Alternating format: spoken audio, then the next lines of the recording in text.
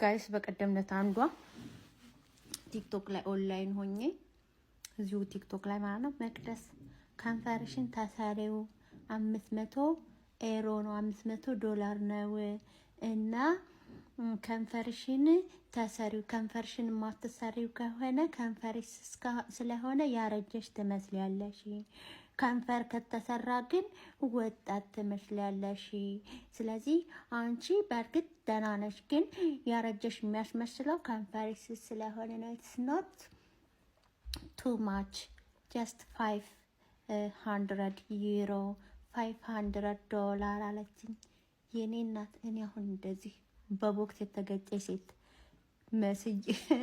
ባሏ ከግርግዳ ጋር ወይ ሳክራ